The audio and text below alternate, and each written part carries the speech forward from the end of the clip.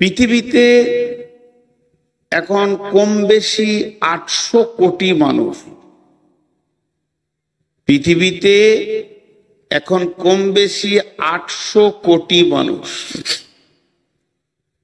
এই 800 কোটি মানুষের ভিতরে প্রথম যিনি আল্লাহ জিনাকে বানান তার নাম হলো আদম। আদমের কাছ থেকে হাওয়াকে বানালো। আল্লাহ বললেন রিজালান কাসীরা ওয়ান নিসা। এর থেকে ইয়া আইয়ুহান নাসু তাকু রাব্বাকুমুল্লাযী খালাকাকুম মিন নাফসিন ওয়াহিদাতিন ওয়া খালাকা মিনহা যাওজাহা ওয়া বাসসা মিনহুমা রিজালান কাসীরা ওয়া রিজালান ওয়া কাসীরা। আর দল দল আজকে মানুষ গিজ গিজ গিজ গিজ গিজ গিজ করছে। চায়না, চীন বলে একটা দেশ আছে, দুটো ভাইরাস পৃথিবীতে দিয়েছে। একটা দিল কি করোনা, যা কোটা কোন রকম ইনজেকশন নিয়ে হ্যাঁ হুত করে ওকে তেরে পারা গেল। কিন্তু আর একটা দিয়েছে টোটো। করোনা টোটো দুটোই ভাইরাস। করোনা যেভাবে মানুষকে কষ্ট দিয়েছে, টোটো সেইভাবে সমাজকে কষ্ট দিয়েছে। আর আল্লাহ তাবারক ওয়া তাআলার কারিশমা, যার বিবেক মেরে দেয় তাকে টোটো কেনার পয়সা দেয়। ও মাঝে ছাড়া যাবে না রোডের, ওর হুঁশি নেই। ওর টাকা দেওয়ার আগে ওর বিবেকটা মেরে দেয়, তারপরে টোটো কিনতে যাই। তো এই দুটি ভাইরাস বিশ্বকে ছড়িয়ে দিয়েছে চায়না। আর ইংরেজরা যখন ভারতবর্ষ থেকে চলে গেল, দুইটা ভাইরাস দিয়ে গেছে। একটা হচ্ছে বিড়ি আর একটা হচ্ছে চা।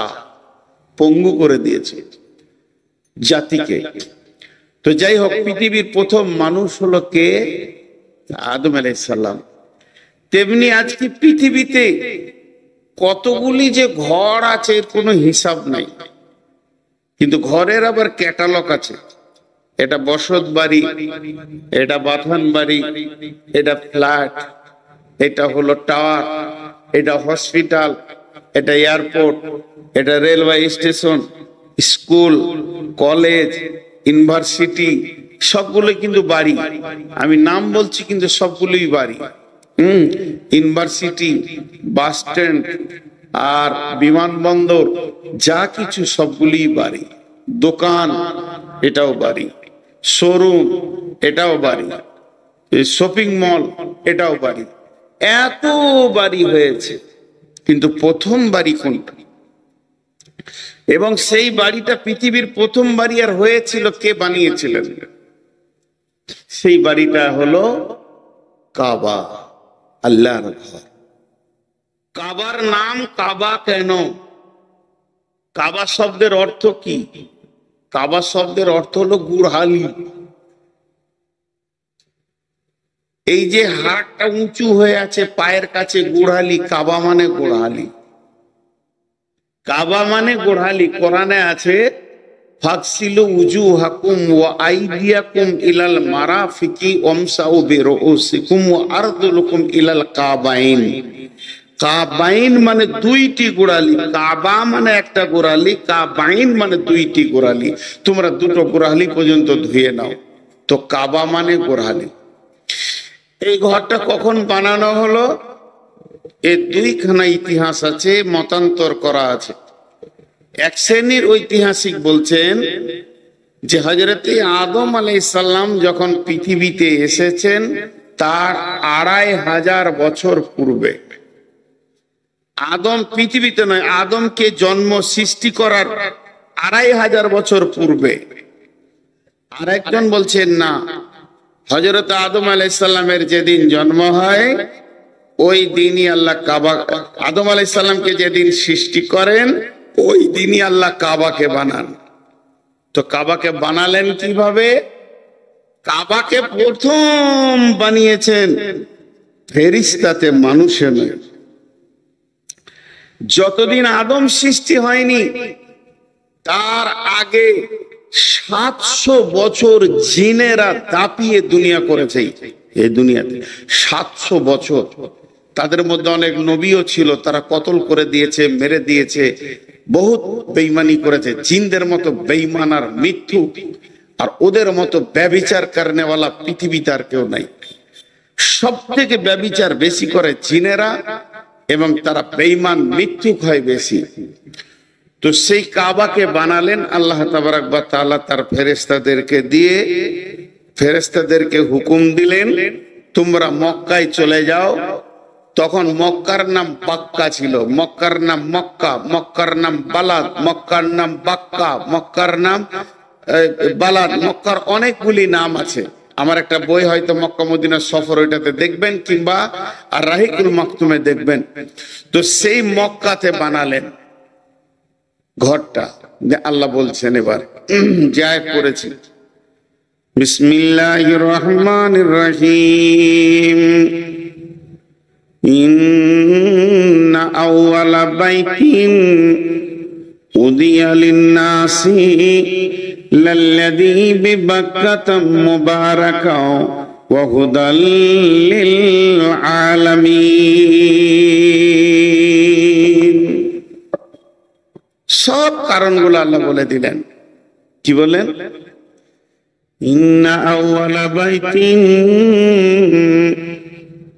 হে আমার ঈমানদার বিশ্ববাসী তোমরা শোনো, নিশ্চয়ই প্রথম ঘর আমার ঘর। ইন্না আউওয়ালা বাইতিন, নিশ্চয়ই প্রথম ঘর আমার ঘর। বিবাক্কাতা মুবারাকা, সেটা আমি বানিয়েছি কোথা? মক্কা পবিত্র মুবারাক, পবিত্র মক্কা ভূমিতে। উজিয়া লিন-নাসি, ওই ঘরটা আমি বানিয়েছি মানুষের জন্য। ওয়া হুদাল লিল আলামিন, এবং সারা পৃথিবীর হেদায়েতের কেন্দ্রবিন্দু করেছি।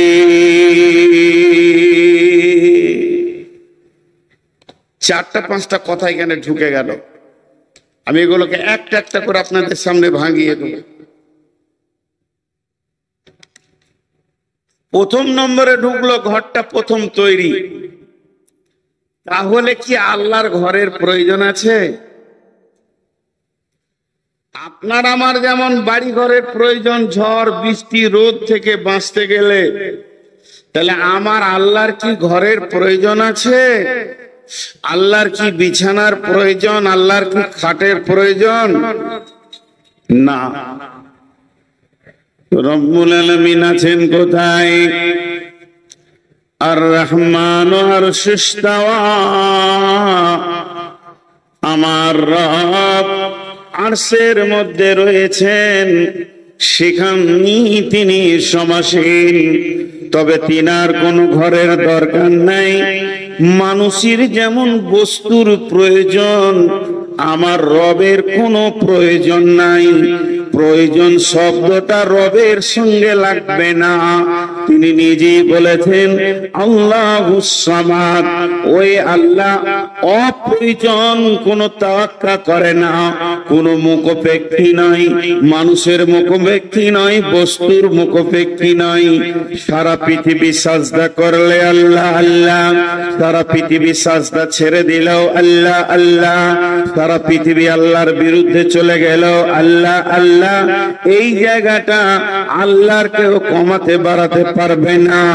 অতএব আল্লাহর কোন বস্তু বা ঘরের প্রয়োজন নাই। আল্লাহ এতটুকুই বললেন, ওই ঘরটা আমি রাখলাম, ওই ঘরটা আমি বানালাম উজিয়া লিন-নাসি, মানুষের জন্য। বিবাক্কাতা মুবারাকা, পবিত্র ভূমি মক্কাতে এই ঘরটা আমার ঘর, কিন্তু মানুষের জন্য। ঘরটা আমাদের জন্য, ঘরটা আমাদের জন্য, আল্লাহর ঘর, কিন্তু জন্য আমাদের, প্রয়োজনটা আমাদের। ওই ঘরটা আমরা ব্যবহার করব। একটা উদাহরণ দিব। আপনাদের এই চুয়াপুকুর, এটা কোন পঞ্চায়েত? জি, আচ্ছা, আপনাদের তো লালগোলা থানা না? লালগোলা থানা। তো লালগোলা থানাটা যতটা বর্গ কিলোমিটার হোক, লালগোলা থানাটা যতটা বর্গ কিলোমিটার হোক, লালগোলা থানার অফিসটা কি অত বড়? অফিসটা তো 1-1.5 বিঘে হয়তো জুড়ে আছে, কি 2 বিঘে জুড়ে। কিন্তু আমি যদি বলি এই জায়গাটা লালগোলা, এটা মুর্শিদাবাদ, এটা লালগোলা, বলা ভুল হবে না। কেন? ওই জায়গাটা অফিস করলো, এই জায়গাটার একটা সীমারেখা দিয়ে বলা হলো তোমরা লালগোলা থানার অধীনে। কেন অফিসটা কেন করা হলো? অফিসটা যদি নাই থাকতো, ওই ঘরটা যদি নাই থাকতো, কি চলতো না? চলতো।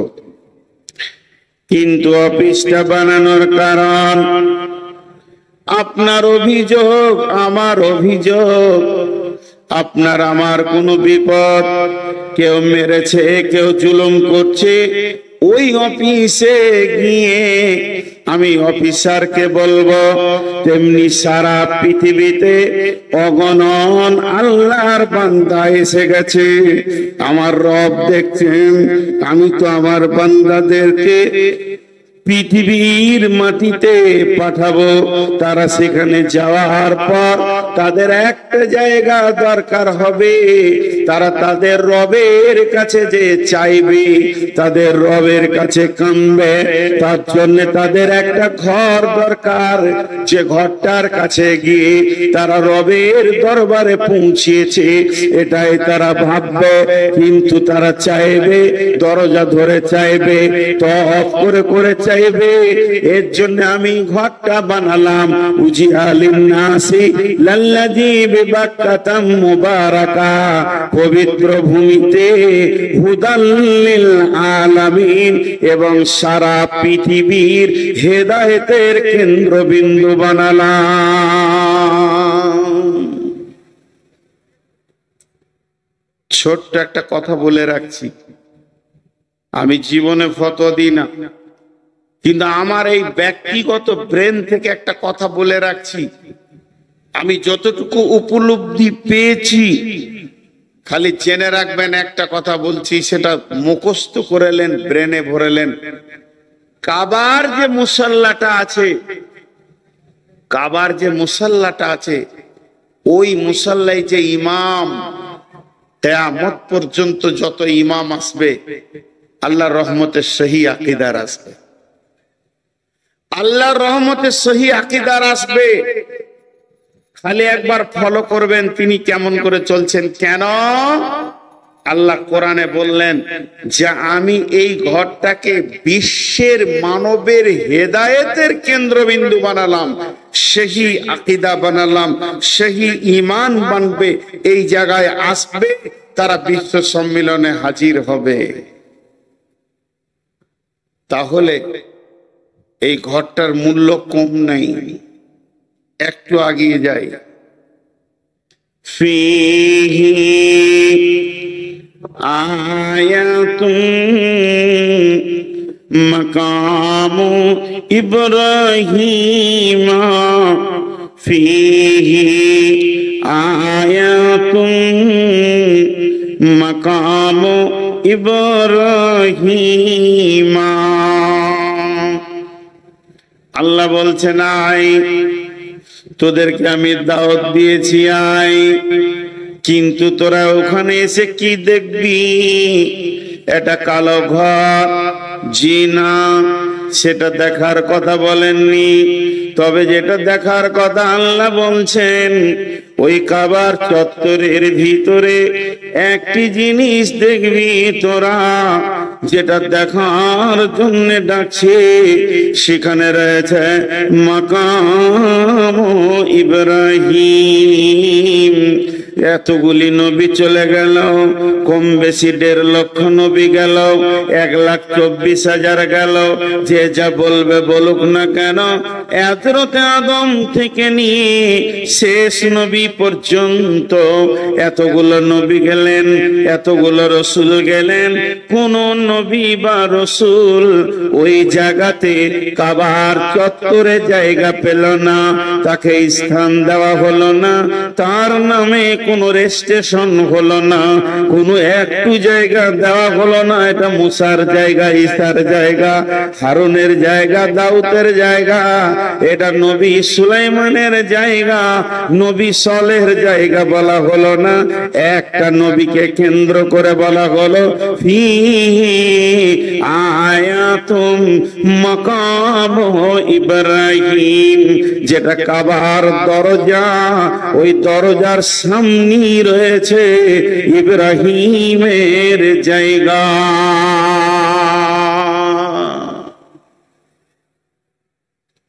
সেই দরজার সামনে রয়েছে ইব্রাহিমের জায়গা। এটাকে নিয়ে দু কথা বলবো। চুয়াপুকুরের যুবকরা এখন উঠে লেগেছে মসজিদকে কি করবে, মানে নতুন মসজিদ নয়, পুরাতন মসজিদকে ভেঙে আবার নতুন নির্মাণ দেবে। আলহামদুলিল্লাহ, ভালো কাজ এবং এটা খুশির কাজ, এটা আনন্দের কাজ এবং নেকির কাজ, সব মিটে গেল। কিন্তু আমি যদি বলি চুয়াপুকুরের যুবকদেরকে জালসা বন্ধ করে দাও, টাকা লাগবে না, মসজিদটা আমি একা বানাবো, 2.5 কোটি টাকা দিয়ে 3খানা মসজিদ বানালাম, এটাও আমি বানিয়ে দিব, জায়গাটা মেপে দাও, আপনাদের মন মতো মসজিদ হবে, 2 তলা 3 তলা, যেমন যেমন চাইবেন হবে। কিন্তু শর্ত হচ্ছে একটা, যেটা ইমামের মেহরাব হবে, ওই মেহরাবের সামনে 5 কি 7 ফুট বাই 7 ফুট জায়গাটা আমার ব্যক্তিগত থাকবে। কেউ মেনে নিতে পারবে? কেউ মেনে নিতে পারবে? মুখ খুলেন, পারবে না। মসজিদের ভিতরে আপনার ব্যক্তিগত জায়গা কেন হবে? কাবা শরীফের মসজিদ যেটা হারাম, মসজিদে হারাম যাকে বলা হয়, এখানে আবার অন্য কথা বেরিয়ে চলে আসবে হারাম কেন বলা হচ্ছে।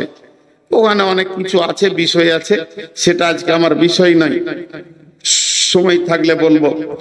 তো কাবা শরীফের ওখানে গোল করে নামাজ হয়, তো বোঝানোর জন্য বলছি, টেবিলটা যদি কাবা শরীফ হয় তো গোল করে রাউন্ডে শুরু হয়ে গেল কাতার। এই কাতার চলতে চলতে চলতে চলতে ধরেন 150-200 মিটার 300 মিটার চারিদিকে, আবার কোন কোন দিকে বেশি আছে, কমও আছে। কেউ কেউ বলেন কতগুলো মানুষ একসঙ্গে ওপরে নিচে সিঁড়িতে যত জায়গায় মুসল্লা দেওয়া আছে, দাগ দেওয়া আছে, যতটা পরিমাণে বাইরে ভিতরে চত্বরে করে একসঙ্গে কতগুলি লোক নামাজ পড়তে পারবে ওখানকার। এটা তো কোরআন হাদিসের কথা নয়, এটা ইঞ্জিনিয়ারদের কথা। ইঞ্জিনিয়ারদের কথা যে কতটা মসজিদটা বড়, 1 থেকে 1.5 কোটি লোক নামাজ পড়তে পারবে, 1 থেকে 1.5 কোটি লোক নামাজ পড়তে পারবে। আর ওই 1.5 কোটি, আমার আইডিয়াতে আমি বলছি, কাবাটা 15-20 ফুট 20 ফুট 20 ফুট 20 ফুট, মানে এতটা চওড়া, অতটাই চওড়া, মানে বর্গ আকার কাবাটা। এতে উত্তর দক্ষিণও 20 ফুট, পূর্ব পশ্চিমেও 20 ফুট। তাহলে এই বর্গ আকার ঘরটা, তার যেটা দরজাটা পূর্ব দিকে আছে, আল্লাহর ঘরের দরজাটা পূর্ব দিকে আছে, আর ওই দরজার পাশেই একদম কাবার গা লাগা ওই জায়গাটা হলো ইব্রাহিম আলাইহিস সালামের জায়গা। আবার ওটাকে দেখতে বলছেন, কে বলছেন? আমি লয়, আল্লাহ। আমি যদি বলি তাহলে আপনি আমার কথাটা নিয়েন না, কিন্তু আল্লাহ বলছেন। কি বলছেন? ফিহি আয়াতুম মাকাম ইব্রাহিম, ওখানে একটা নিশানা আছে। নিশানা মানে নিদর্শন, সূর্য উঠে ডুবে, এটা একটা নিদর্শন। রাতের পরিবর্তন, দিন রাতের পরিবর্তন আল্লাহকে পাওয়ার নিদর্শন। আসমান মাথায় আছে একটা নিদর্শন, আয়াত মানে নিদর্শন। জমিনটা আল্লাহ বানিয়েছেন, এটা একটা নিদর্শন। আল্লাহর যতগুলি নিদর্শন আছে, এই নিদর্শনের ভিতরে ফিহি, ওই কাবার ভিতরে আয়াতুম, এমন একটা আল্লাহ নিদর্শন রেখেছে একটা নবীকে কেন্দ্র করে, তার দিকে যেন মানুষের নজরগুলো চলে যায়। মাকাম ইব্রাহিমা, ইব্রাহিমের জায়গা। আবার ইব্রাহিমকে কত আল্লাহ সম্মান দিলেন, তার নামটা কোরআনে উল্লেখ করে দিলেন। শুধু এই পর্যন্ত নয়, ইব্রাহিমের পদচিহ্ন একটা পাথরের উপরে উনি দাঁড়িয়ে কাবার তামির দিয়েছেন, কাবাকে গেঁথেছেন। যত কাবা উপরে উঠেছে আল্লাহর কুদরতে পাথর উঠেছে, সেই পাথরটা আজও কাবার চত্বরে আল্লাহ রেখে দিলেন। এটাও নিদর্শন, নিদর্শন। হে মসজিদ বানানেওয়ালা, হে মসজিদ মানেওয়ালা, হে মসজিদের তামির দেনেওয়ালা, একবার ইব্রাহিমের নিদর্শনের দিকে খেয়াল করো। আল্লাহ কত সম্মান বাড়ালেন। ফিহি আয়াতুম মাকাম ইব্রাহিম। ইব্রাহিম চলে গেলেন, ইসমাইল চলে গেলেন, সব নবী শেষ। ঈসা নবী চলে গেলেন, শেষ নবী এলেন, শেষ নবী। শেষ নবীর সাবে মেরাজ হলো। আমি লম্বা ঘটনাকে শর্ট করছি। সাবে মেরাজে 5 ওয়াক্তের নামাজ এলো। সালাত যখন পেলেন, তো মদিনা মানওয়ারায় বিশ্বনবী যখন গেলেন, তখন কেবলা ছিল কোন দিকে মুখ করে নামাজ পড়তে হতো। আজকে বর্তমানে ফিলিস্তিনে যে মসজিদে আকসা রয়েছে, এইটা ছিল প্রথম কেবলা। ওই দিকে মুখ করে নামাজ পড়তে হতো। আর ওই দিকে মুখ করে নামাজ পড়তে পড়তে আসরের নামাজের সময় আবার আল্লাহ ঘুরিয়ে দিলেন, তোমরা ওই দিকটা ছেড়ে দিয়ে মক্কার কাবাকে কেবলা করে লাও। লম্বা ঘটনা আছে। 2 রিকাত নামাজের দ্বিতীয় রিকাতে আল্লাহর রসুল রুকুর হালাতে ছিল ফিলিস্তিনের দিকে, কাবা মসজিদে আকসার দিকে। আর জিবরাইল আমিন কানে কানে বলে দিলেন যে আল্লাহ রসুল আপনি এবার আছেন তো, ধরেন ওটা উত্তর দিক হবে, মদিনা থেকে আছেন তো উত্তর দিকে, হয়ে যান দক্ষিণ দিকে। আল্লাহ রসুল উঠে দাঁড়িয়ে গেলেন, আল্লাহ আকবার আর বললেন না। সাহাবীরা রুকুর হালাতে আছেন, কাতারকে ফাড়তে ফাড়তে ফাড়তে ফাড়তে গিয়ে শেষ কাতারে ওই দিকে মুখ করে রুকু করে নিলেন। আর সাহাবীদেরকে বলে তোমরা ঘুরে যাও। পুরা কাতার আপনাদের মসজিদে ছিল এই দিকে, হয়ে গেল এই মুখে, দরজা মুখে হয়ে গেল। আসরের নামাজে এই ঘটনাটা ঘটেছিল মদিনা মানওয়ারাতে। তারপরে যখন কেবলা হয়ে গেল কাবাটা, এই যেটা বর্তমানে আছে মক্কাতে, আল্লাহ রসুল এবার সফরে এসছেন, উমরাতে এসছেন, হজে এসছেন। নামাজ পড়বেন, কেবলাকে সামনে রেখে নামাজ পড়বেন। তো মুসল্লাটা হাতে নিয়েছি, দেখেন কত মজার কথা। মুসল্লাটা হাতে নিয়েছে, হাতে নেওয়ার পর কোন দিকে বিছাবো গো, কোন দিকে বিছাবো, আর কোথায় বিছিয়ে নামাজ পড়বো আমি? এ তো চারিদিকে নামাজ হবে। এবার আমাদের রমজানে যে উমরায় গিয়েছিলাম, হোটেলটা যেদিকে ছিল পূব দিকেই নামাজ পড়ে এলাম। সূর্য উঠছে ওই মুখী নামাজ পড়ছি, কারণ হোটেলটা পশ্চিম দিকে ছিল কাবা। তো কোন দিকে বিছাবো? এটা কাবা, কাবার পশ্চিম থেকে পূর্ব দিকে নামাজ হবে, পূর্ব থেকে পশ্চিমে হবে, উত্তর থেকে দক্ষিণে হবে, দক্ষিণ থেকে উত্তরে হবে, চারিদিকে হবে। এখন সাহাবীদের ভিতরে বিশ্ব নবী প্রশ্ন করছেন, ওগো তোমরা বলো আমি আজকে মুসল্লাটা কোন জায়গায় রেখে নামাজ শুরু করব, ইমামতি করব? সাহাবীদের যার যেমন ছিল সে তা বললেন, কিন্তু হযরত উমরকে জিজ্ঞেস করলেন, উমর রে তুমি একটু বলো আজকের দিনে আমি মুসল্লাটা কোন দিকে রাখবো। হযরত উমর বললেন, ইয়া রাসূলুল্লাহ আমার বলতে 2 মিনিট লাগবে। বলছে বলো।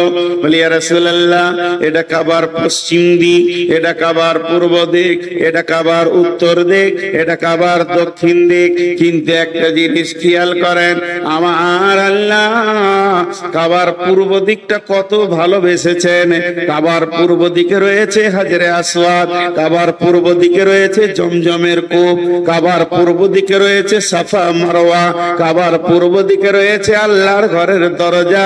আবার কাবার পূর্ব দিকেই রয়েছে আপনার দাদার বংশের পদচিহ্ন ইব্রাহিমের। আবার কাবার পূর্ব দিকেই রয়েছে জায়গাটা ইব্রাহিমের। আল্লাহ তাকে কত ভালোবাসে, এত বড় পরিধি মসজিদের ভিতরে সামান্য জায়গা ইব্রাহিমকে তুলে দিয়েছে। আর আপনি ওই বংশের সন্তান, আপনি সেই বংশের গৌরব, আপনি সেই বংশের সুসন্তান, আপনি সেই বংশের আখিরি নবী। আর হযরতে ইব্রাহিম চোখের পানিতে কাবার তামির দিতে গিয়ে কেঁদে বলেছিলেন, সূরা বাকারায় আছে, আয়াত মুখস্থ নাই ভাই, সূরা বাকারায় আল্লাহ বলেছেন হযরত ইব্রাহিম 3খানা দোয়া করেছিলেন। তার মধ্যে একটা দোয়া ছিল, আমার ইসমাইলের বংশধরের প্রতীক চিহ্ন যেন পৃথিবী থেকে নিশ্চিহ্ন না হয়ে যায়, ইসমাইলকে যেন আল্লাহ কায়েম রাখো, আমার ইসমাইলের নাম যেন কিয়ামত পর্যন্ত থাকে। আল্লাহ তাবারক ওয়া তাআলা সেই ইসমাইলের বংশের নিসাল থেকে আখিরি নবীকে নিলেন। হযরত উমর বলছেন, ইয়া রাসূলুল্লাহ আপনি আপনার বংশের পরিচয়কে রাখার জন্য আপনার দাদার জায়গাতে মুসল্লাটা রেখে নামাজ শুরু করে দেন। হযরত উমরের কথাটা যেই বলা শেষ হলো, জিবরাইল আমিন এসে বিশ্ব নবীকে বলে দিলেন, ওয়াত্তাখাযু মিন মাকামি ইব্রাহিম মুসাল্লা। হযরত উমর যেটা বলেছেন আমার আল্লাহকে ওটাই ভালো লেগে গেছে। ও নবী মুহাম্মদ তুমি মুসল্লাটা ওই জায়গায় রেখে নামাজ শুরু করে দাও যেখানে ইব্রাহিমের জায়গা। আজও কাবার ইমাম দাঁড়ায় কোথায়? মাকামে ইব্রাহিমে দাঁড়ায়। আজও ইমাম সেখানে নামাজ পড়ায়। রেজিস্ট্রেশন হয়ে গেছে কোরআনে। এটা লালগোলার রেজিস্ট্রি অফিসের রেজিস্ট্রি নয়, এটা আমার বর্ধমানের রেজিস্ট্রি অফিসের রেজিস্ট্রি নয়, এটা স্বয়ং আল্লাহ রেজিস্ট্রি করেছেন। 2টি জিনিসকে কোরআনে পৃথিবীর কোন বাদশা কেটে দিতে পারবে না, পৃথিবীর কোন নবী কেটে দিতে পারবে না। একটা হলো, এটা হলো মাকাম ইব্রাহিম, এটা ইব্রাহিমের জায়গা, ওটা পৃথিবীর কেউ অন্য নামে করে দিতে পারবে না, স্বয়ং আল্লাহ দিয়েছেন ওটা। আর দ্বিতীয় হলো তুমি মুসল্লা রাখো এখানে, এটা আমার রব বলে দিয়েছেন। আজও মুসল্লা সেখানেই রাখা হয়।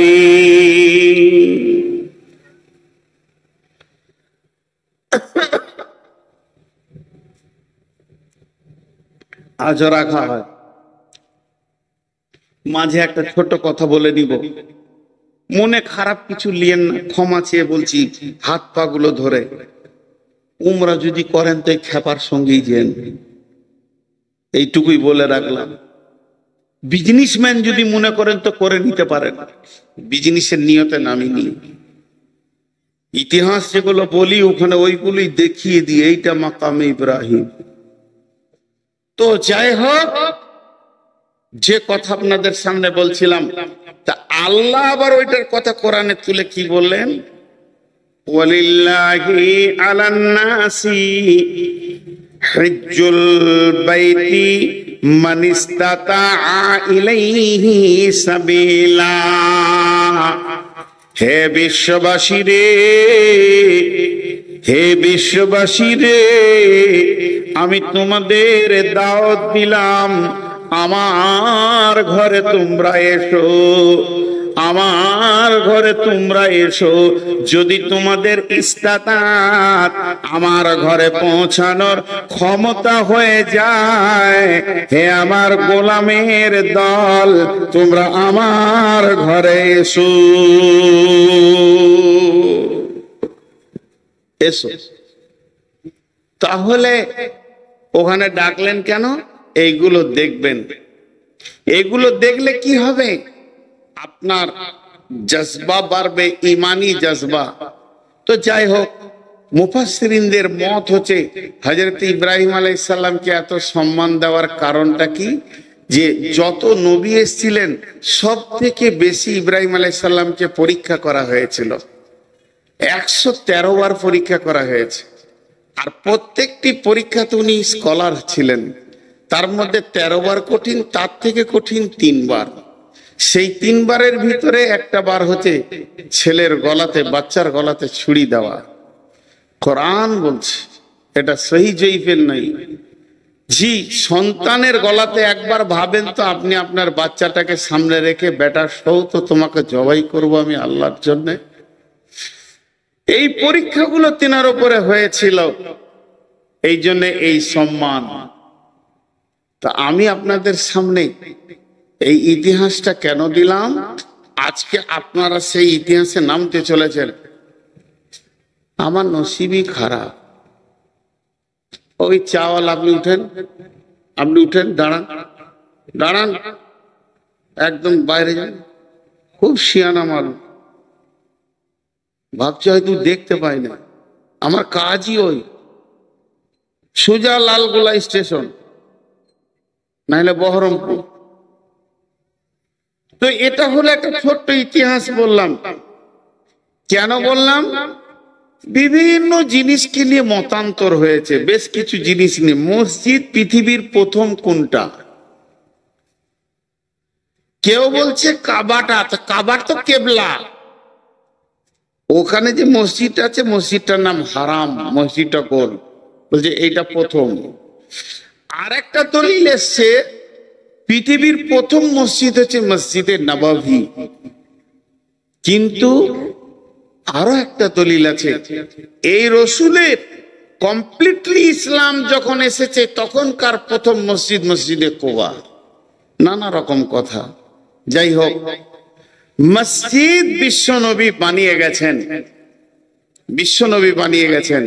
আল্লাহ বলছেন বিসমিল্লাহির রহমানির রহিম, ইন্নামা ইয়ামুরু মাসাজিদাল্লাহি মান আমানা বিল্লাহি ওয়াল ইয়াউমিল আখিরি ওয়া আকামাস সালাতা ওয়া আতাস যাকাতা ওয়া লাম ইয়াখশা ইল্লাল্লাহ ফাআসা উলাইকা আইয়াকুনু মিনাল মুহতাদিন। মাঝে একটা কথা ছাড়া গেছে বলিনি, এই কাবাটা অনেকবার বানানো হয়েছে, কিন্তু একবার দুবার নয়, অনেকবার অনেকবার। আদমের জামানায় হয়েছে, সব নবীর জামানায় ওটাকে, মানে আপনারা যেমন মসজিদকে বানাচ্ছেন এইভাবে বানানো হয়েছে। শেষ নবীর জামানাতে হয়েছে, শেষ নবীর বাচ্চা অবস্থায় হয়েছে, ইতিহাস আছে। তো বিভিন্ন ভাবে বানানো হয়েছে। তো তার মধ্যে আল্লাহ এবার কি বলছেন, যারা মসজিদ বানাবে তাদেরকে বলছেন, আপনাদেরকে একটা ছোট্ট করে কথা জিজ্ঞেস করি, একটু হালকা আওয়াজে উত্তর দিবেন, চিল্লাতে হবে না, যাতে করে আমি বুঝতে পারবো যে আপনারা মন দিয়ে শুনছেন। সেটা হচ্ছে যে মসজিদ ভাঙা গোনা না নাকি? ভাঙা মসজিদ ভাঙা গোনা না নাকি? কোনো উত্তর পেলাম না। আচ্ছা, আপনারা চুপ করে আছেন কি করে? ধৈর্য আছে বাবু, কথা বলছেন না কেন? আরে ভাই, আপনারা যদি কথা না বলেন আমাকে কেমন লাগবে? আমি যদি আপনার কথার উত্তর না দিই তো আপনাকে কেমন লাগবে? মসজিদ ভাঙা গোনা না নাকি? গোনা, আর বানানো নেকি, এটাই আমরা জানি। তামির, ইন্নামা ইয়ামুরু, ইয়ামুরু শব্দের অর্থ হলো মসজিদের কল্যাণকর হবে ওরা, কল্যাণকর, ভালাই করবে, দেখভাল করবে, বানাবে শব্দ লয়। তাহলে প্রয়োজনে ভাঙতে হবে, তখন ভাঙলে নেই। আবার গড়তে হবে, গড়লে নেই। এখন এই মসজিদটা ভাঙতে হবে, অর্ডার হয়েছে, টাকা পয়সা হয়ে গেছে, মাল এসে গেছে। জি, আমাদের এলাকায় আমি যে মসজিদ করলাম তো দুইটা মসজিদ, তিনটা মসজিদ ভেঙেই বানানো হলো। তো একটা জিসিবি কে বললাম যে ভাই মসজিদটা কালকে ভেঙে দাও, বলছে ওই কাজ কি আমি করি? ওকে আর কি বুঝায়। অনেকবার বললাম তুমি যা নেবে নেবে, খালি ভেঙে ট্রাক্টরে তুলে দাও। না হুজুর, আপনি যা বলবেন সব করব, কিন্তু এই কাজ করতে পারবো না। ওর ধারণাটাই খারাপ। মসজিদ ভাঙলে নাকি এখন যদি মসজিদটা ভাঙতে হয় লিভার খরচা হবে 20,000 টাকা, কিন্তু যুবকরা বলছে না আমরা ভেঙে নিব, কাউকে দিব না। এবার যদি ধীরে ধীরে ভাঙেন তো অনেক মাল পেয়ে যাবেন, খবরদার জিসিবি দিয়ে ভাঙবেন না। ধীরে ধীরে ভাঙবেন তো ইট অনেক পেয়ে যাবেন, অনেক মেটেরিয়ালস পেয়ে যাবেন। তো এবার কোন মসজিদ ভাঙলে নাকি ভাঙা হয়ে গেছে, এরপরে করলে নাকি তখন আবার ভাঙলে গোনা, আবার এখন না ভাঙলে গোনা। ভাইরা, আবার না ভাঙলে গোনা এটা নয়, না ভাঙলে আপনি নেকিতে শরীক হতে পারলেন না। আল্লাহ তাবারাক ওয়া তাআলা ভাষাটা ব্যাপক শব্দে বলেছেন, অনেক একটা শব্দে ব্যাপক অর্থ রয়েছে। ইন্নামা ইয়ামুরু মাসাজিদাল্লাহি, নিশ্চয়ই ওই লোকেরা আল্লাহর মসজিদের দেখভাল করবে, তারা দায়িত্ব নেবে, তাদের উপরে দায়িত্ব থাকবে, তারা মসজিদের চিন্তা চেতনায় মগ্ন থাকবে, মসজিদকে ভালোবাসবে।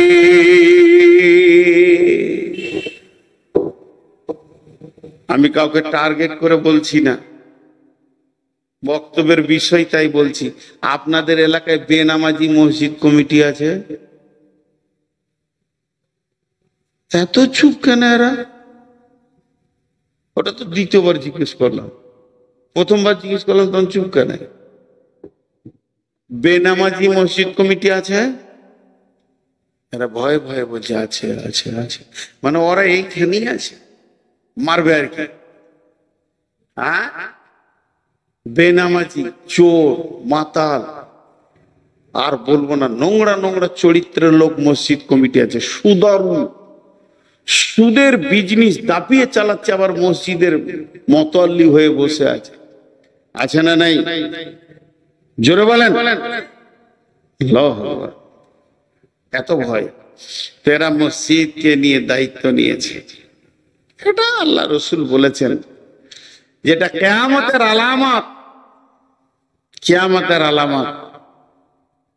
মসজিদ, মসজিদ মানে সাজদা করার জায়গা। আল্লাহ তাবারাক ওয়া তাআলা বলছেন মসজিদ বানাবে ওরা, মসজিদের দায়িত্ব নেবে ওরা, মসজিদে দান করবে ওরা, যাদের ভিতরে 5টা গুণ আছে। মান আমানা বিল্লাহি ওয়া বিল ইয়াউমিল আখিরি ওয়া আকামাস সালাতা ওয়া আতাস যাকাতা ওয়া লাম ইয়াখশা ইল্লাল্লাহ ফাআসা উলাইকা আইয়াকুনু মিনাল মুহতাদিন। একবার সূরা আল ইমরানটা খুলে দেখবেন, যদি এগুলো মেনে না নিয়ে জবরদস্তি মুখের জোরে, চোপার জোরে, থুতির জোরে, আর কিলের জোরে, লাঠির জোরে যদি মসজিদের দায়িত্ব তুমি নিয়ে থাকো, তবে শুনে নাও কিয়ামতের রায় জাহান্নামের ভিতরে উল্টো করে খাসির মতো টেঙে দিয়ে চচ্চর চচ্চর করে তোমার চামড়াকে ফালানো হবে, এবং তার ব্যাপারে কতটা লাগবে না লাগবে তুমি নিজেই বুঝে নাও। অতএব শুনে নাও, আমার রব বলছেন মসজিদের দায়িত্ব থাকবে 5টা গুণ যার আছে। 1 নম্বরে যার আল্লাহর উপরে ঈমান আছে, 2 নম্বরে যে আখিরাতের উপরে বিশ্বাস রাখে, 3 নম্বরে যে নামাজ পড়ে, 4 নম্বরে যে যাকাত দেয়, 5 নম্বরে এক আল্লাহ ছাড়া পৃথিবীর কাউকে ভয় করে না। এই 5টা গুণ যার ভিতরে আছে, আল্লাহ বলছেন ওই বান্দা আমার মসজিদের দায়িত্ব নেবে।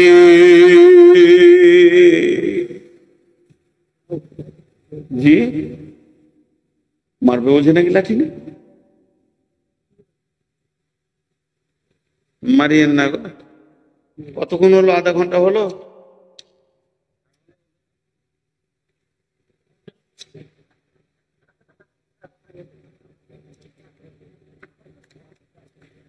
আগামী বছরে জালসার ডেট লিখবো, যারা আসবে ডেট নিয়ে দেখবো, যারা 8টার মধ্যে দেবে, 2-3টে ডেট, এক ডেটই লিখবো, যে যারা তাড়াতাড়ি দিবে ওইটাতে চলে যাবে। সবাইকে ফাঁকি মারবো। মানে সমাজ আমাকে যা ধোকা দিয়েছে, এবার এদেরকে যদি আমি আর 20 বছর দিই তো গুনাহ হবে না, পূরণ হবে না। এতগুলো ধোকা খেয়ে আছে। আপনাদেরই এলাকায় আমি এসে বলছি ভাই ক্লান্ত আছি, শোয়ার জায়গা দেন। বলছি শুলে হবে? প্রধান বক্তা বসে থাকতে হবে, লোক দেখবে, তবেই তো বুঝবে যে এসেছে। শুতেও দেয় না আপনার এলাকায়। কান ধরেছি, জীবন আর যায় না। 6বার ফোন করেছে, মানে আমি বসতে পারবো না। বলছে না স্পেশাল ঘর থাকবে না, বুঝতে পারবো না। আজকে এসিতে ছিলাম। তো যাই হোক, মসজিদে বানাতে গেলে 5টা গুণ থাকতে হবে। সেই 5টা গুণ আমাদেরকে ভেবে দেখে নিতে হবে। আল্লাহর প্রতি ঈমান, আল্লাহর প্রতি ঈমান থাকতে হবে। সবারই তো ঈমান আছে আল্লাহর। টাকাগুলো গুটিয়ে ভরে নিয়েছেন নাকি টেবিলে? টাকাগুলো কই নিয়ে চলে গেছে? আল্লাহ, তাহলে কি করে কি বলবো? দেন 100-200 টাকা কেউ দান করবেন তা করেন, চট করে দেন। 500-1000 দেখেন, এই টাকাটার দিকে আবার তাকান। এরা কিন্তু টাকাটা আমাকে দেয়নি, এটা দিয়েছে কাকে? আল্লাহকে। কাকে দিয়েছে? আপনারা আমার সঙ্গে কথা বলেন, এই টাকাটা দিয়েছে কাকে? আল্লাহকে। কোথায় ছিলি ভাই এতক্ষণ?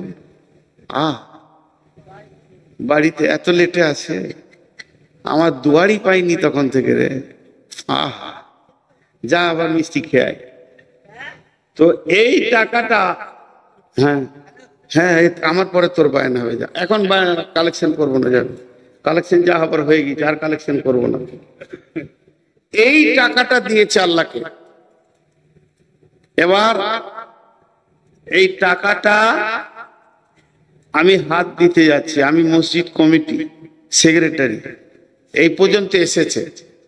উদাহরণটা দিচ্ছি এবং আয়াতের সঙ্গে মিলাচ্ছি। টাকাটা আমি নিব, নিয়ে আমার কাছে রাখবো বা আমানত রাখবো, কাজে লাগাবো, মসজিদের কাজ করব। যখন এই টাকাটা হাত দিতে গেছি, মনে করেন বলছি, আবার মনে করেন বলছি, মানে একটু মনে মনে ধরতে হবে। আল্লাহ বলছে এই দাঁড়া, এই টাকাটা কার? টাকার মালিক হলো আল্লাহ।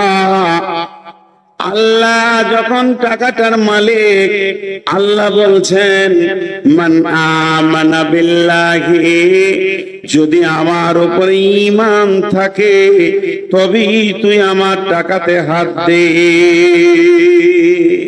আমি নূর মোহাম্মদকে বলছি আর কি, আমি এই মসজিদের সেক্রেটারি, এই মসজিদের কমিটি, মতোয়াল্লি, যেই হোক, ক্যাশিয়ার, আমার উপরে ঈমান আছে? আমি বলছি হ্যাঁ আছে। আল্লাহর উপরে যতটা বিশ্বাস রাখা দরকার অতটাই বিশ্বাস আছে। আল্লাহ বলছে দাঁড়া, আর একটু দাঁড়া।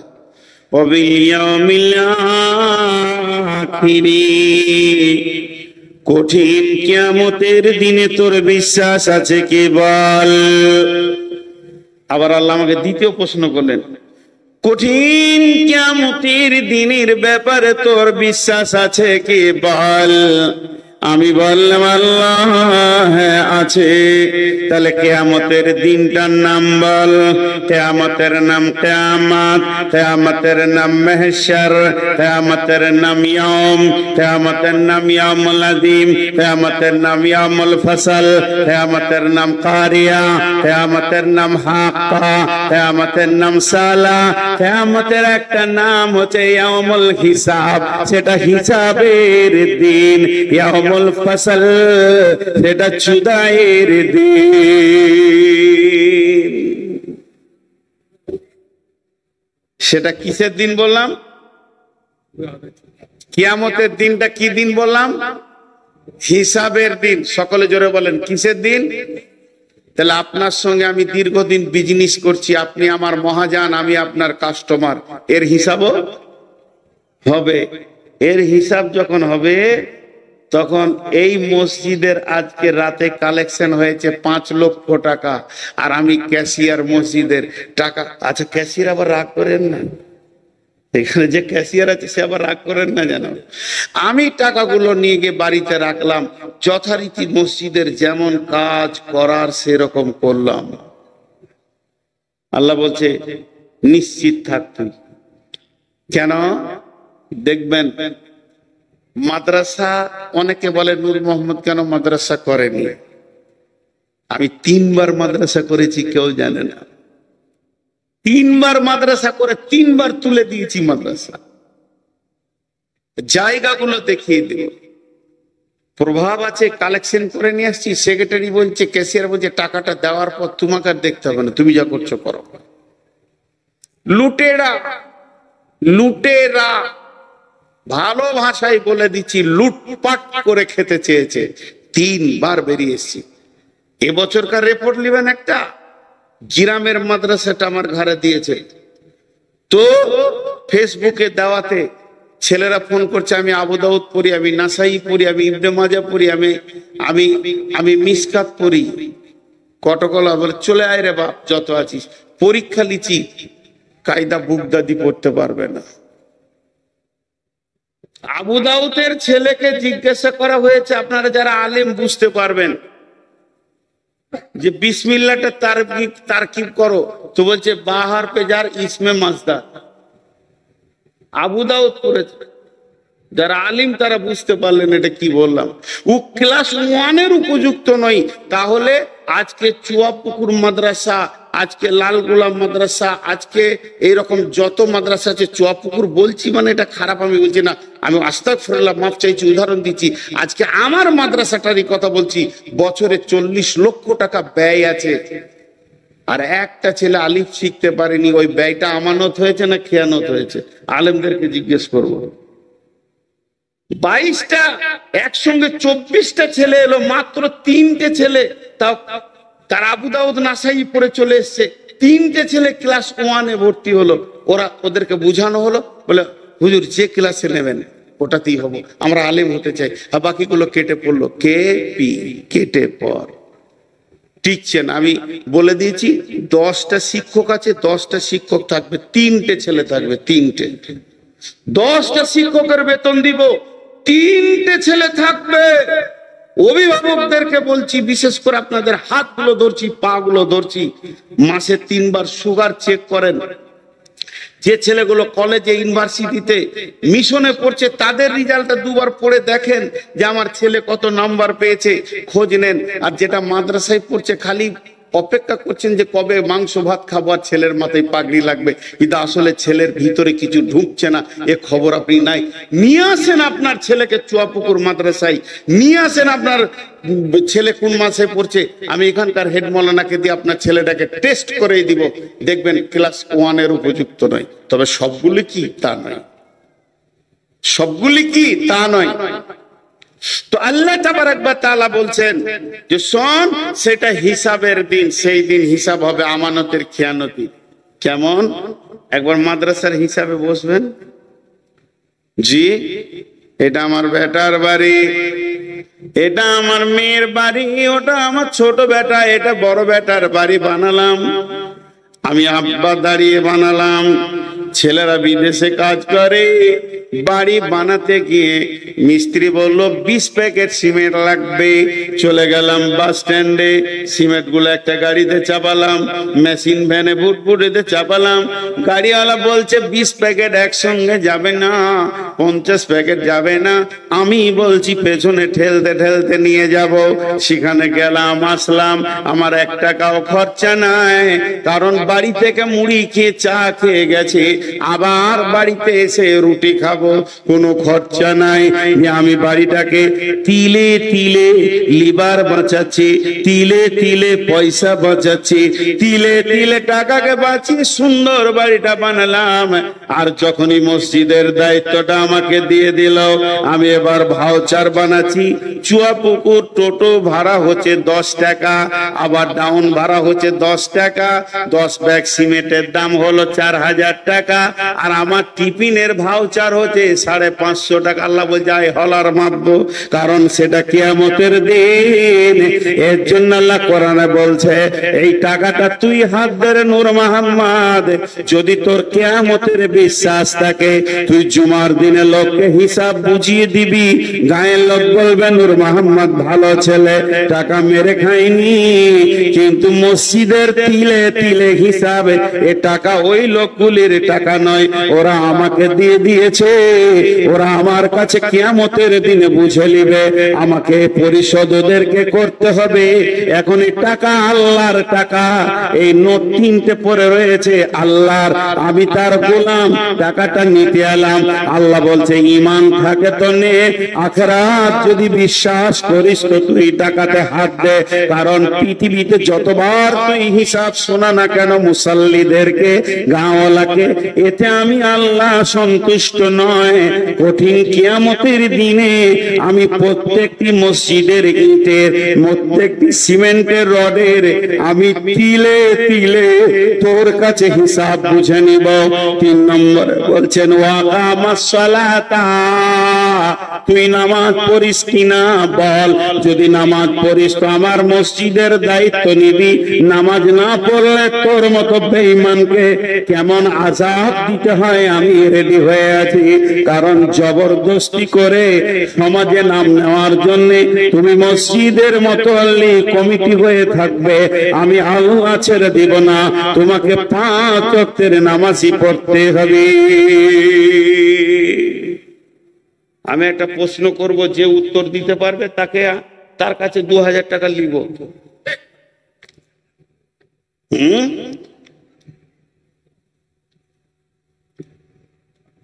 বলেন, আমার মা বাঁচা,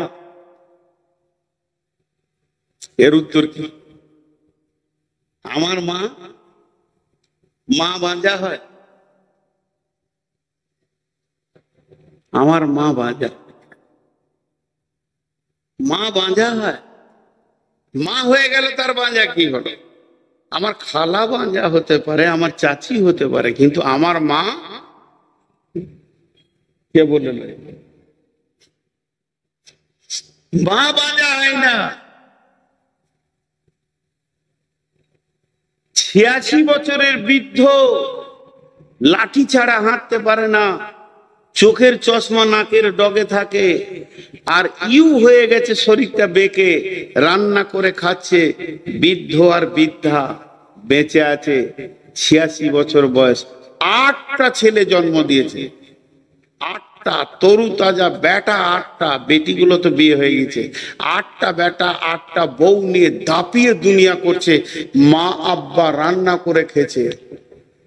জনৈক আলিম গিয়ে বলছে চাচি কেমন আছেন? চাচি হয়, ঘটনা সত্য, কোথাকার বলবো না। চাচি কেমন আছেন? বলে বাঁঝা মানুষ যেমন থাকে ওইরকম আছি বাবা। মসজিদ বানাচ্ছে কিন্তু মসজিদ ঢুকবে না, মসজিদকে বাঁধা করে রাখবে। আল্লাহ বলছে তুই মসজিদকে খেলতামাশা পেয়ে গেছিস না? সালাত আদায় করো, ওয়া আতাজ যাকাতা, ওয়া আতাস যাকাতা, যে ব্যক্তি যাকাত দেয় না সে মসজিদ কমিটি হবে না, তার কাছে মসজিদের টাকা থাকবে না, এবং তার টাকাও মসজিদে নেওয়ার ব্যাপারে অনেক সন্দেহজনক কথা আছে। হাজি ভাই, আবার একটা উদাহরণ দিব, ধ্যান দিয়ে শুনেন। আমি আমার নাতনিকে কোলে নিয়ে আছি আর হিসু করে দিল, বাচ্চা ছেলে মেয়ে পেচ্ছাপ করে দিল, তো আমার লুঙ্গিটা গোটাই ভিজে গেল, কিন্তু গাড়ি রেডি, 1 মাসের জন্য জালসাই বেরিয়ে যাব উত্তরবঙ্গে, ড্রাইভারও রেডি, খালি আদর করে কোলে নিতে গেলাম আর হিসু করে দিল। লুঙ্গিটা নিতেও হবে, আবার ছেড়ে গেলে হবে না, 3-4টা লুঙ্গি নিব। চট করে লুঙ্গিটা চেঞ্জ করে রেখে দিলাম, একটু আদু আদু করে ভাঁজ করে। আমার বিবিকে বললাম লুঙ্গি 3 টাকা ভরে দাও তো, কিন্তু আসলে ওটাকে আলাদা ক্যারিতে ভরতে হতো, ও না পাক, ওটা আলাদা ক্যারিতে ভরতে হতো, তারপরে ব্যাগের সাইডে বা গাড়ির সাইডে ফেলে রাখতে হতো, যেখানে জালসা করতে যাব ধুয়ে নেবো। কিন্তু আমার বিবি অত খেয়াল না করে 3-4টা লুঙ্গি জামা কাপড়টা ব্যাগে ভরে দিল। এবার কি করব বলেন, কি করব বলেন? কি সন্দেহ পড়ে গেলাম। হে বেযাকাত, হে সুদারু, তোমার টাকা না পাক, তুমি বেঈমান, আল্লাহকে যাকাত দাওনি, অতএব আল্লাহর পবিত্র টাকা তোমার আলমারিতে ভরবে। এটা কেমন করে হয়? না পাকের জায়গায় পাক টাকা যাবে কেমন করে? বেযাকাত কোনদিন তুমি দান করো না, আর বেযাকাত ওয়ালা মসজিদ কমিটিও হবে না, তার কাছে আল্লাহর টাকা থাকবে না। অতএব আল্লাহ বলছেন, যদি তুমি মসজিদ বানাতে চাও, মসজিদকে ভালোবাসো, যাকাত দেনেওয়ালা হয়ে যাও, ওয়াতাস যাকাত, তুমি পবিত্র হয়ে যাও, তুমি যাকাত দেনেওয়ালা হয়ে যাও। 5 তাহলে 4টা হলো।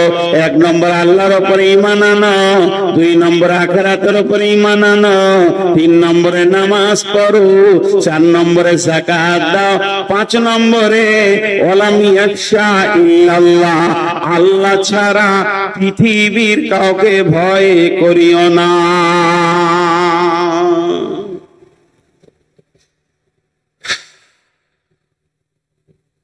আপনারা মুখ খুলেন একটু। ভালো মানুষ, ইমানদার মানুষ মসজিদের কমিটি আছে না নাই? আছে না নাই? আছে, অনেক আছে। আমি 2টি লোক দেখেছি নিজের চোখে, তাও নাম বলবো না, ভালো মানুষ, 30 বছর তার কাছে মসজিদ আছে, 25 বছর, 25-30 বছর মসজিদটা আমার হাতে দিল, ভেঙে এক্সটেনশন করতে হবে। তো খালি আমি বললাম, ভাই গত টাকাগুলো কোথায় আছে? বললো, ধান তো বিক্রি করেছি, প্রায় 40,000 টাকা পাবো মসজিদের জমির, ওটা আপনি সরাসরি নিয়ে নেবেন, আর যেটা মসজিদের কোটোতে উঠে না আমার কাছে আছে, পরশু দিয়ে দেবে।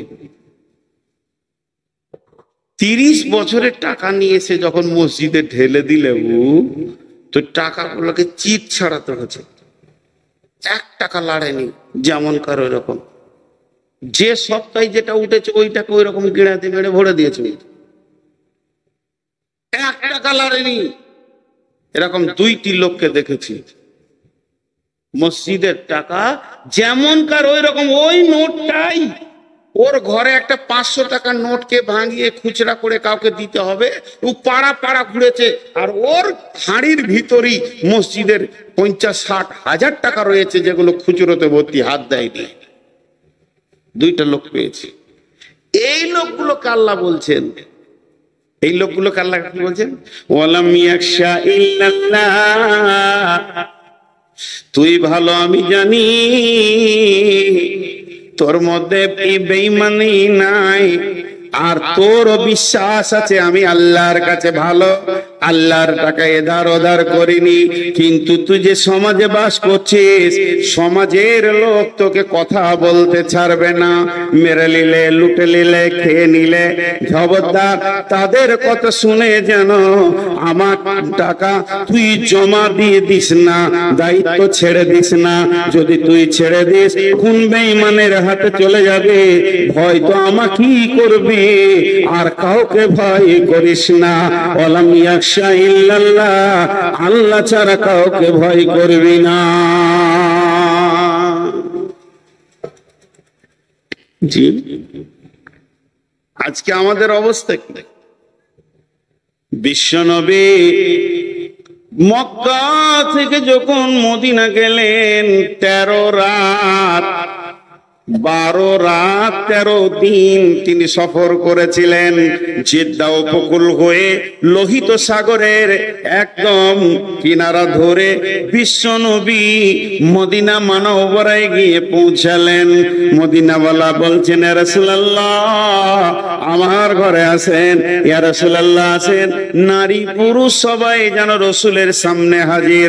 তখন পর্দার আয়াত নাজিল হয়নি।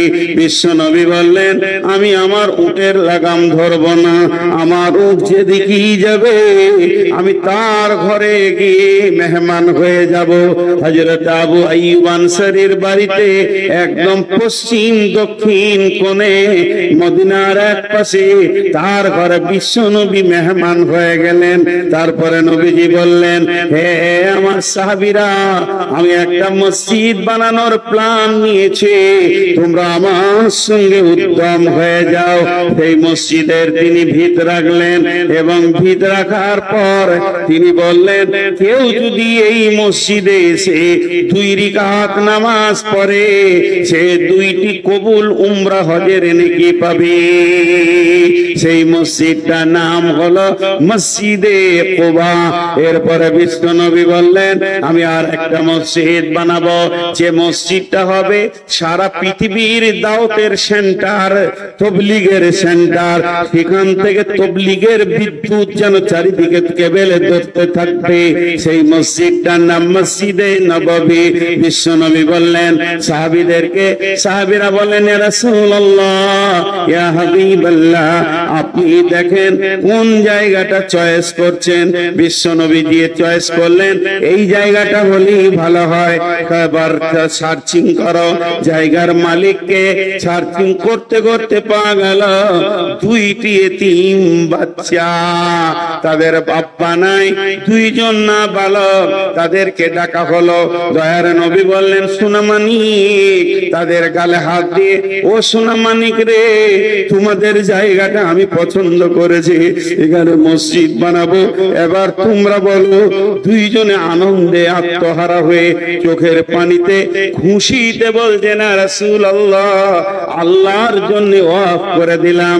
নবীজি বললেন, আলহামদুলিল্লাহ, কবুল করে নিলাম, তবে কিছু মাল না দিয়ে আমি মসজিদ বানাবো না। এবার বিশ্বনবী তাদেরকে কিছু মাল দেওয়ার চিন্তা ভাবনা নিলেন। ওই 2 ভাইকে তাদের হাতে কিছু অর্থ ধরিয়ে দিলেন।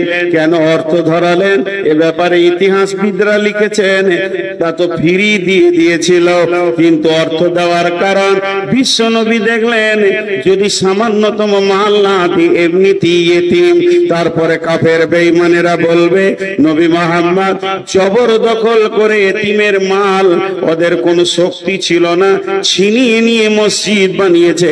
এই কলঙ্কটা পৃথিবীর বুকে হতে দিব না, ইতিহাসকে নোংরা করতে দিব না। তাই তাদের হাতে কিছু অর্থ ধরিয়ে দিয়ে ওই জায়গায় মসজিদ বানালেন, যে মসজিদটার নাম হচ্ছে মসজিদে নববী। কিছু না হলো ছাদের ভিতরে 10 থেকে 15 লক্ষ লোক নামাজ পড়বে। এই মসজিদটা বর্তমান সরকার যা আছে এর আরো ডবল বানানোর জন্য উঠে বেড়ে লেগেছে। সমস্ত হোটেল, 5 স্টার 7 স্টার হোটেল গুলো ভেঙে চুরমার করে দিয়ে মসজিদ বানানোর কাজে নেমেছে। অতএব বন্ধুরে, মসজিদ এমন একটা জিনিস, আল্লাহর ঘর। তাই বিশ্ব নবী বলে গেছেন, মান বানা লিল্লাহি মসজিদান বানাল্লাহু লাহু বাইতান ফিল জান্নাহ।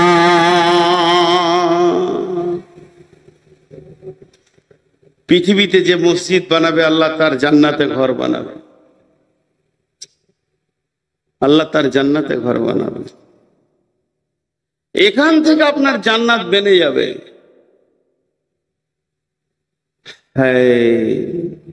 কিয়ামতের মাঠে আল্লাহর আরশের ছায়া ছাড়া কোনো ছায়া থাকবে না। সেই দিন 7 ব্যক্তি আরশের ছায়াতে থাকবে, তার মধ্যে একটা হলো রাজুলুন কালবুহু মুআল্লাকুন ফিল মাসাজিদে। ওই ব্যক্তি যার দিল মসজিদে পড়ে আছে, দিল মসজিদে পড়ে আছে। কিন্তু আমাদের অবস্থা খুব খারাপ। इस जमाना के लोग मस्जिद को बैतुल खाला जैसे इस्तेमाल करते हैं। মসজিদে ঢুকছো তাড়াতাড়ি, বের হচ্ছো তাড়াতাড়ি। মাশাআল্লাহ, রাস্তা ছেড়ে দাও গো, টোটোওয়ালাদের যেতে দাও, ওদের বেচা কিনা হয়ে গেল। মাশাআল্লাহ মাশাআল্লাহ। টোটো হইতে সাবধান, এরা কাকে কখন মারবে ওরাই জানে। মেলাওয়ালাদের শেষ হচ্ছে, কিন্তু জালসাওয়ালাদের শেষ হচ্ছে না। এত বক্তা আনা কি দরকার ছিল? বলেন, আমাকে উত্তর দেন। 2টা বক্তাই তো যথেষ্ট ছিল। সন্ধ্যার দিকে একটা, এখন একটা, 10টার মধ্যে শেষ হয়ে যাবে। আলহামদুলিল্লাহ, হয়ে গেল জালসা।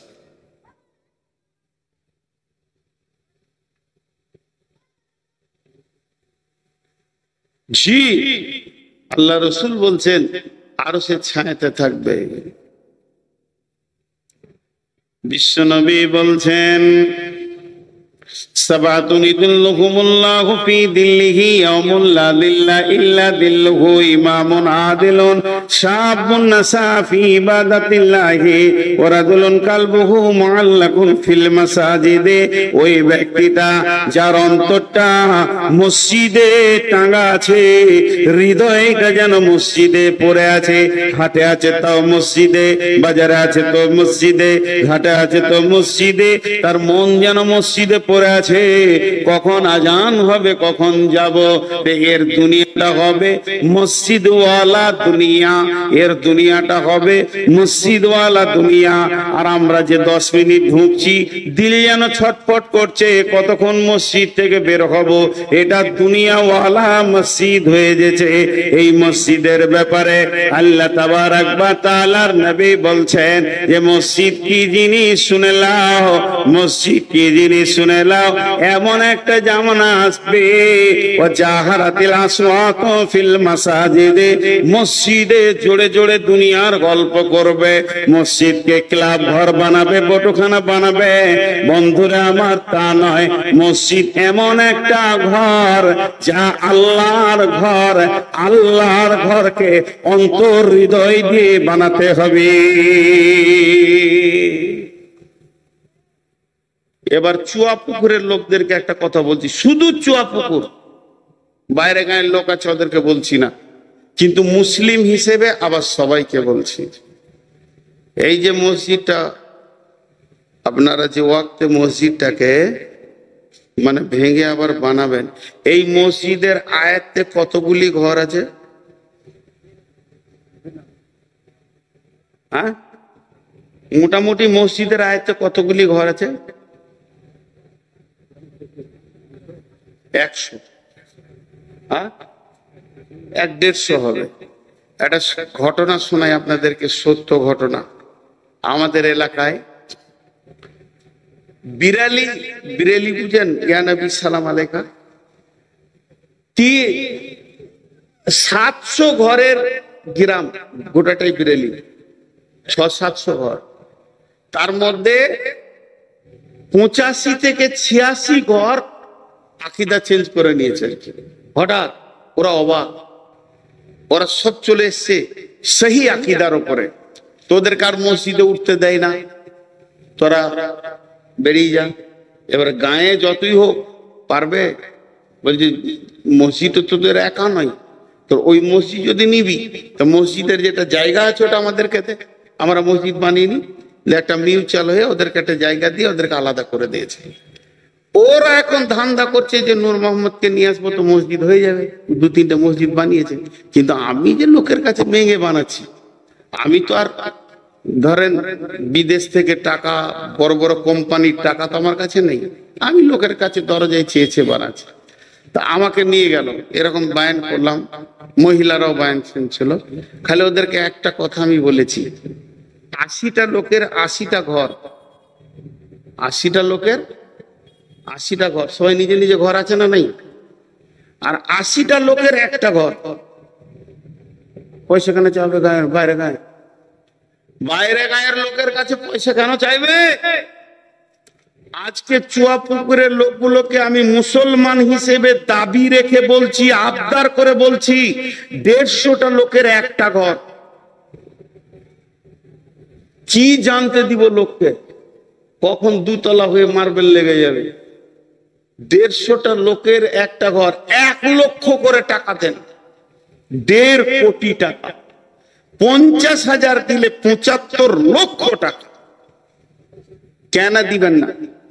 দিবেন নাটা কেন? এটা আল্লাহর ঘর, আপনার পাড়ার, আপনার। আবদার করেন। জি, আজকে জুমার খুতবা খুব কষ্ট করে উঠেছে।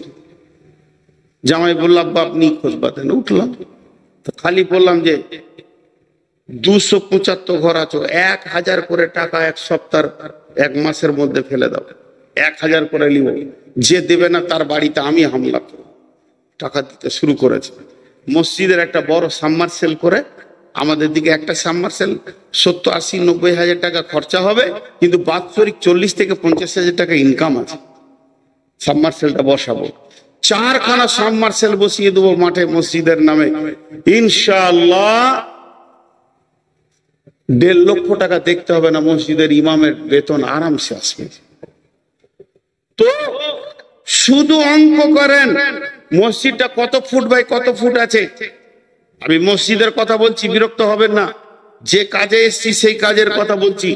মসজিদটা কত ফুট বাই কত ফুট আছে বলেন, তাও হিসাব নেই।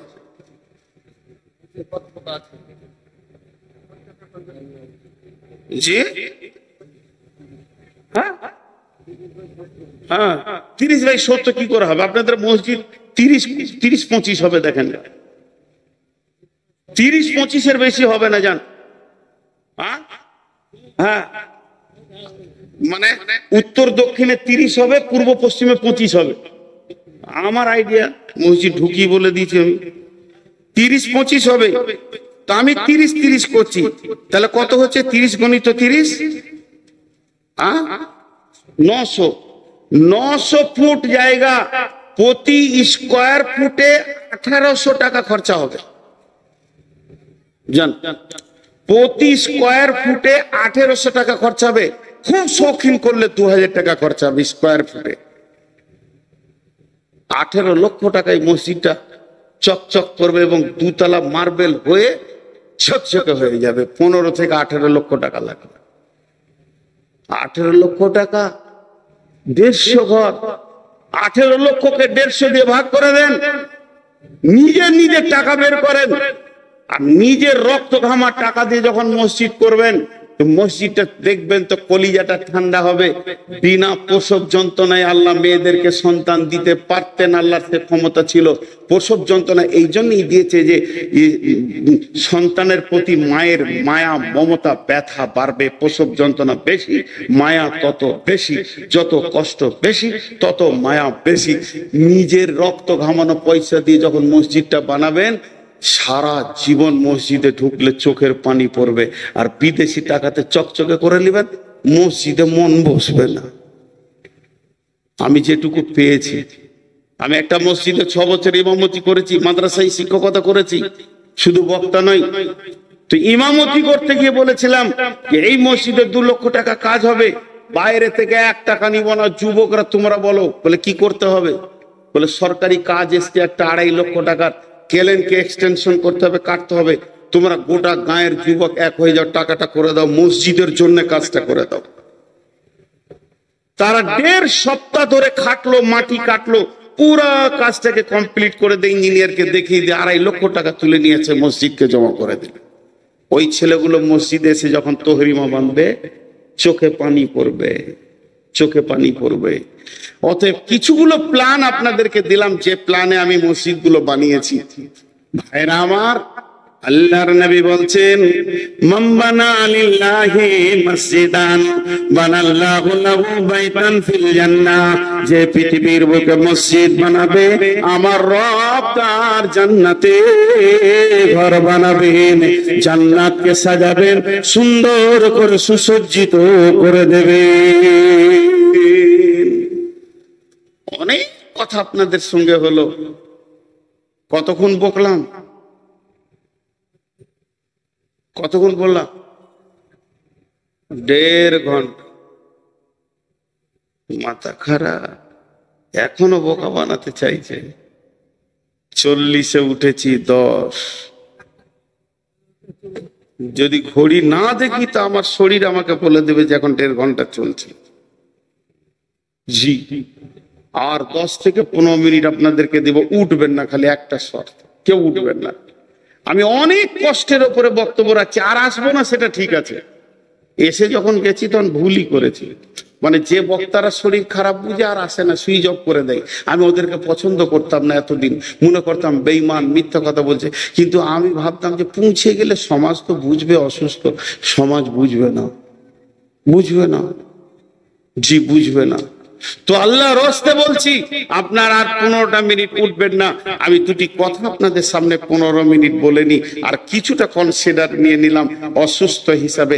অতএব আল্লাহ তাবারক ওয়া তাআলাকে সাক্ষী রেখে বলছি, একজনও উঠবেন না। হাত পুরো ধরে বলছি, কোন আল্লাহর গোলাম আছেন একটা স্কয়ার ফুটের 2000 টাকা দেবেন?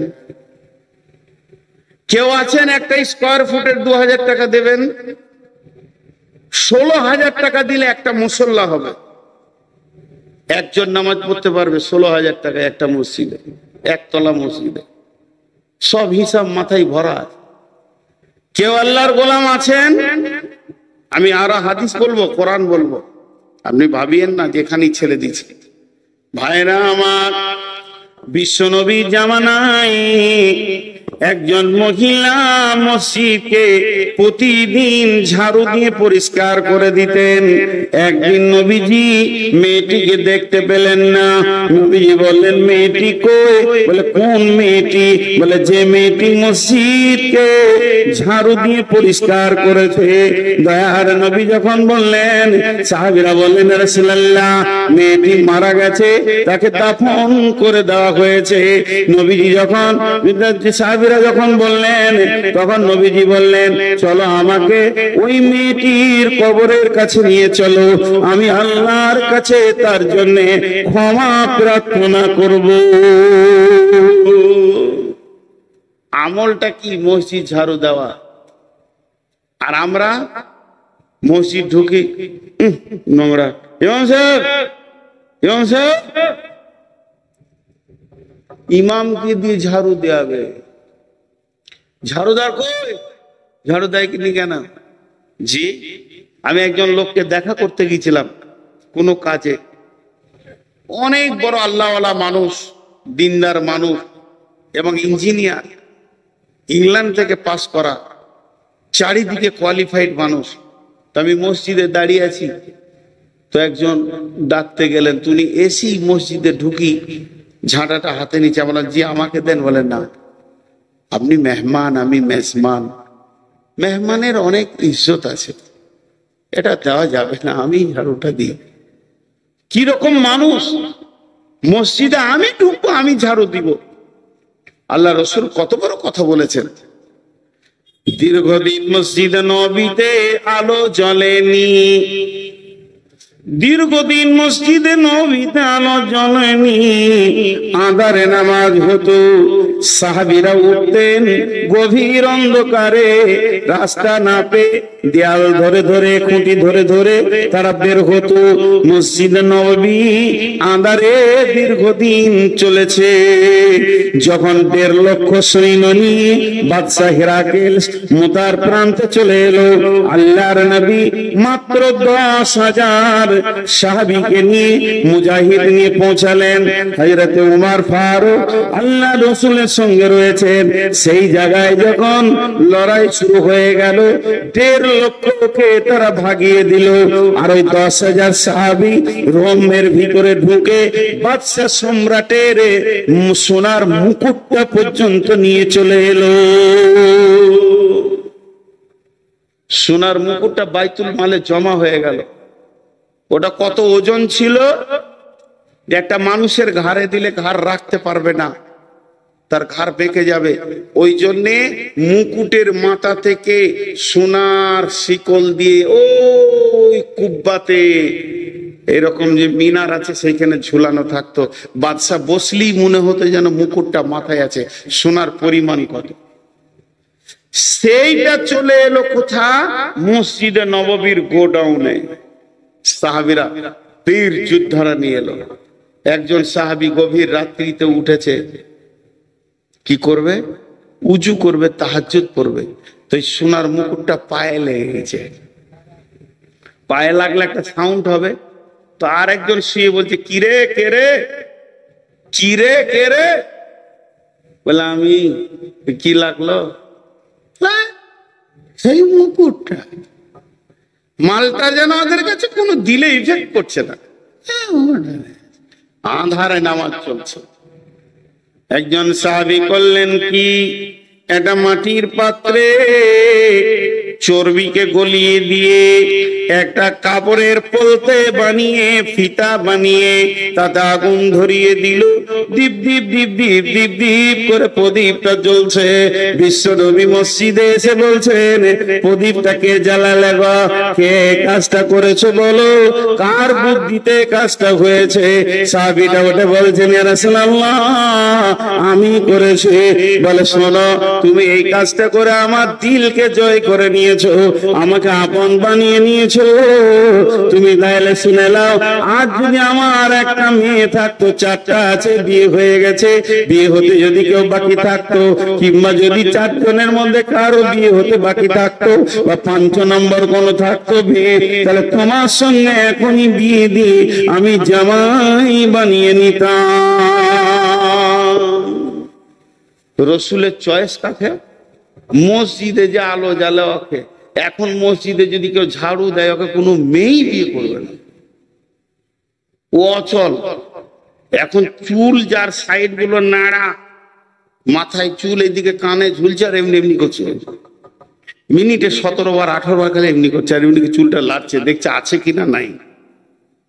ওটাই আবার সমাজে সব থেকে দামি মেয়ে, মানে বর, দামি বর, চয়েস। বিয়ে হওয়ার পর 2 মাসের পরই ঝগড়া, না এদিকে চলছে না ওদিকে যেছে, শেষ হয়ে গেছে সমাজটা। তো মসজিদ এমন একটি জায়গা, ভাইরা আমার, আমি আপনাদের কাছে বলছি, কেউ আছেন আল্লাহর গোলাম 10,000 20,000 দেনেওয়ালা? 10,000 20,000 দেনেওয়ালা কেউ আছেন? জি বলেন, কেউ আছেন? খুব অল্প সময় আপনাদের কাছে চাই। আপনাদের চাদর আছে, চাদর ঢোকান, আমি ছেড়ে দিব। নামার পরে কোনো বক্তা আছে? থাকবে কেন? জবাই তো আমিই হব। বলেন, দেন না গো চাদর, দেন কাউকে চাদর। আরে কেউ নাই, চাদর নিয়ে যাও রে বাবু। যার কাছে যা আছে উজাড় করে দেন। কই রে বাবা, পাড়ার ছেলেরা 2 জন করে চাদর ধরে ঘোরো। আমি বলছি ওই চাদরে 10 টাকা করে দেবেন না, মসজিদটাকে বানানোর মতো মানসিকতা নেন সকলে। কেন হবে না? কেন হবে না? বিশেষ করে চুয়াপুকুরের ছেলেদেরকে বলছি, আপনার বাড়ির পাশে যদি 3 কাঠা জায়গা বিক্রি হয়, আপনার জমির পাশে যদি 5 কাঠা জমি বিক্রি হয়, কত কষ্ট করে ওটাকে নিয়ে ফেলবেন। তো কষ্ট করে মসজিদটা বানাতে পারবেন না? লেন, আরে সামনে আসছে, ওই দিকে যাও রে বাবা। আচ্ছা, এখন আমার ঘড়িতে বাজছে 20, 12টা 20, একদম 12:30 ছেড়ে দেবো, মাত্র 10 মিনিটের কনসিডার। তো আল্লাহর রাস্তে বলছি, কেউ আছেন আল্লাহর বান্দা? দেন আমাকে 5000 7000 ওয়ালারা বলেন, একটা নাম লিখেন, আল্লাহর রাস্তে একটা নাম লিখে রাখেন। আল্লাহর রাস্তে একটা নাম লিখেন, 10,000 20,000-এর একটা নাম লিখেন। আল্লাহর গোলাম কে আছেন, আল্লাহর বান্দা কে আছেন, একটা 10,000 20,000-এর নাম লিখেন। একটা 5000 বলেন, এতগুলির ভিতরে একটা 5000 বলেন। 5000 গ্রামের যুবকদেরকে বলছি, বিশেষ করে আপনাদের মসজিদ আপনাদের কি বানাতে হবে। আর যে চাদর চললো, টাকাগুলো হাতে রেডি করে নেন, টাকাগুলো হাতে রেডি করে নেন, যাওয়ার সঙ্গে সঙ্গেই দিতে পারবেন। টাকাগুলো হাতে রেডি করে নেন। আল্লাহর রাস্তে কেউ আছেন আল্লাহর গোলাম? একটাও 5000 পেলাম না, একটা 5000 পেলাম না, একটাও। জি, আল্লাহর গোলাম কেউ আছেন একটা 5000 দেনেওয়ালা? একজন দেন। একটাও নাম আসছে না।